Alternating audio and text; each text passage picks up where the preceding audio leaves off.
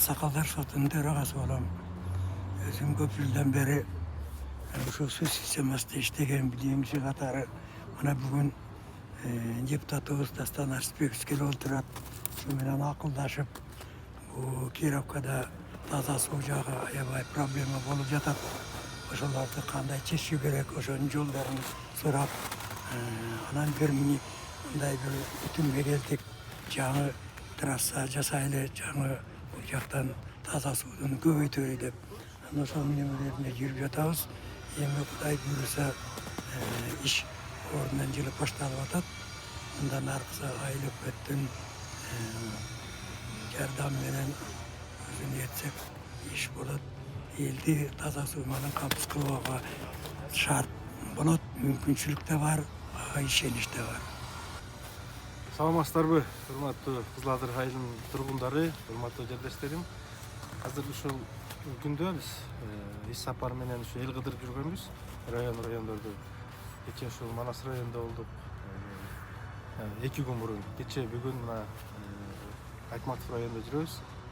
Мына Бакайт районунда кыдырабыз. Анан жерде ушул Кызыл Адыр айылынын тургунду биздин аксакалыбыз, Аксакалдар сотунун кеңешинин төрагасы Кубанычбек аке менен биз 1 жыл мурун бир отуруп проект мындай болжол болдогонбуз да.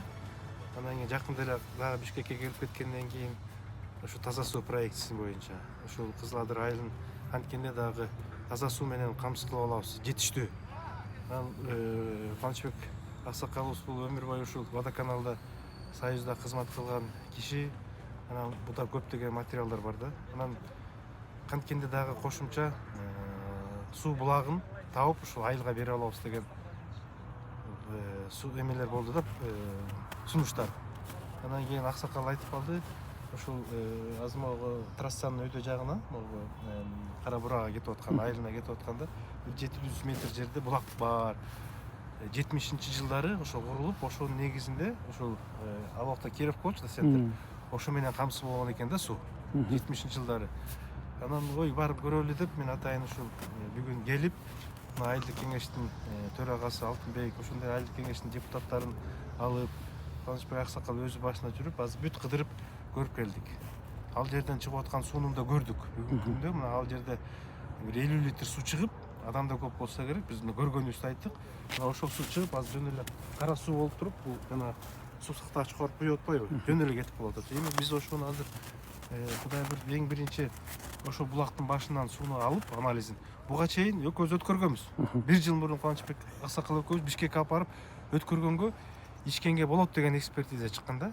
Эми дагы мына азыр айылдык кеңештин депутаттары төрагага биз айттык, эми силер өзүңөр чыгаргыла ошо суунун анализин.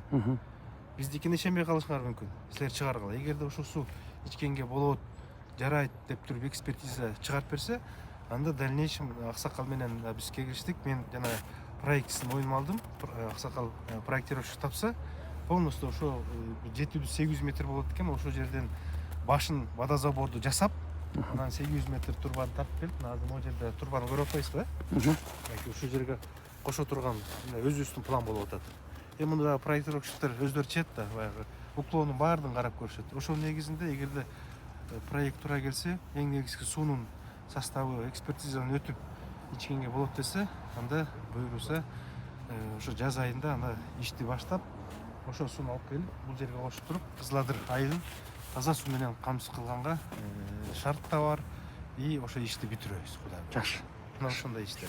Жакшы. Мынакей жалпы Кызыл Адыр айылына жакшы жаңылык экен. Мынакей таза суу менен камсыз болуу боюнча иш аракеттер жүрүп атат. Кубаныч аксакал, Жогорку кеңештин депутаты Дастан Арсызбекович келип, бүгүнкү күндө ошо Кызыл Адыр айылында былтыркы жылы аябай чоң көйгөй болуп, жай айларында суу жетпей, айыл эли мындай арызданып кайрылган учур көп болгон. Мынакей ошол көйгөйдү чечүү максатында Жогорку кеңештин депутаты өзү келип, жеринен таанышып, иш аракеттер болуп атыптыр. Мына достор, ийгилик болсун. Бүгүн 9 январь 2024 жыл.